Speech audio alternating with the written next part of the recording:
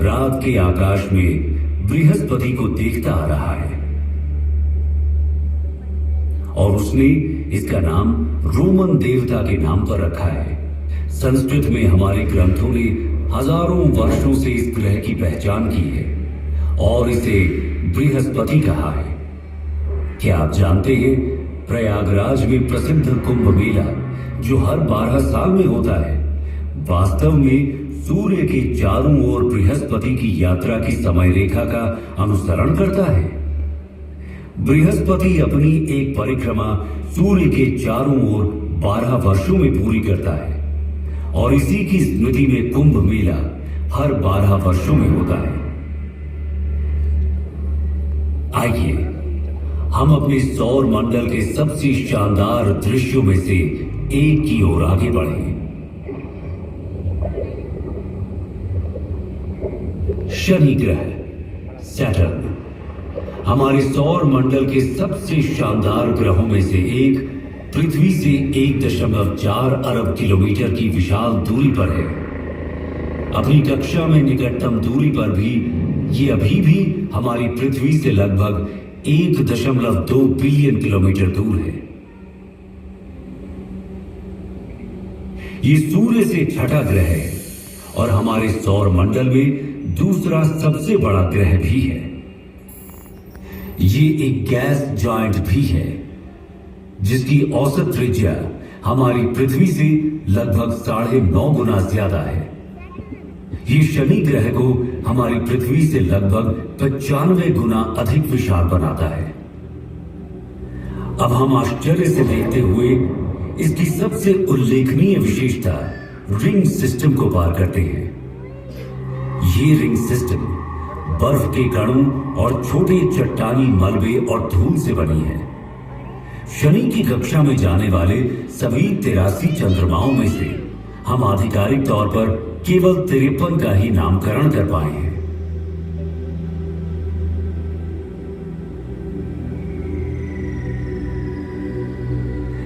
जैसे जैसे हम अपनी अंतरिक्ष यात्रा में तेजी लाते जा रहे हैं, हम अपने सौर मंडल के अगले 3 ग्रहों को पार करते हैं। हम यूरेनस के ऊपर से गुजरते हुए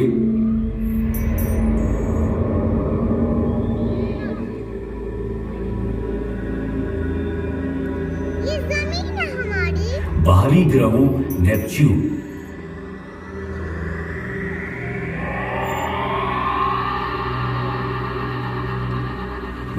और अंत में प्लूटो से आगे बढ़ते हैं। सूर्य अब प्रकाश के एक छोटे से कण के अलावा और कुछ भी नहीं है और हमारी पृथ्वी अब दिख भी नहीं रही।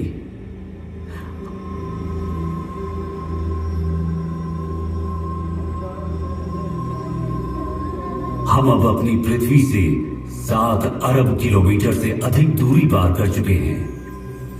जैसे ही हम कुइपर बेल्ट में कदम रखते हैं, हमें शनि के समान एक बर्फीला घेरा दिखाई देता है, लेकिन 20 गुना चौड़ा और कुछ स्थानों पर 200 गुना भारी है।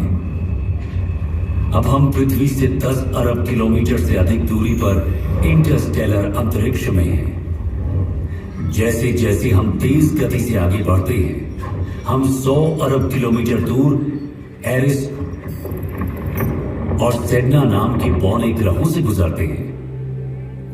परंतु हमारी यात्रा यहीं खत्म नहीं हुई है। हमने तो अभी तक अपने विशाल ब्रह्मांड की सतह को खरोंचा तक नहीं है। अब हम ऊंट बादलों के माध्यम से 1 ट्रिलियन किलोमीटर से अधिक की यात्रा कर रहे हैं। इसके अलावा अब मैं आप सभी को इस ब्रह्मांड को इस यात्रा के रूप में अपने विचारों में अनुभव करने दूंगा, जब आप खुद को इस अविश्वसनीय विशालता के साथ एक महसूस करेंगे।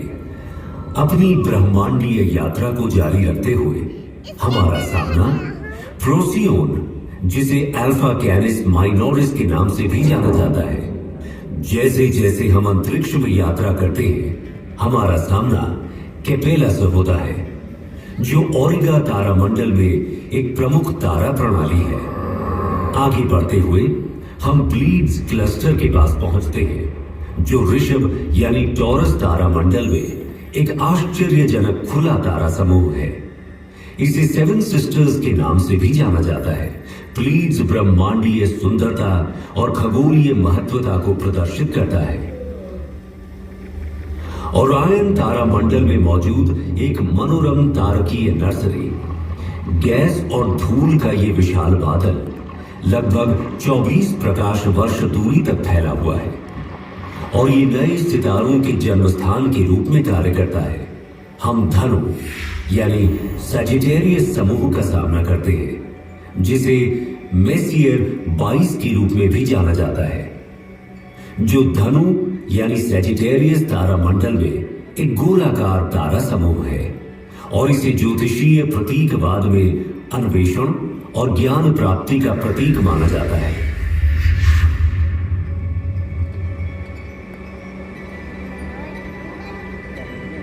ये बादल है इसके अंदर।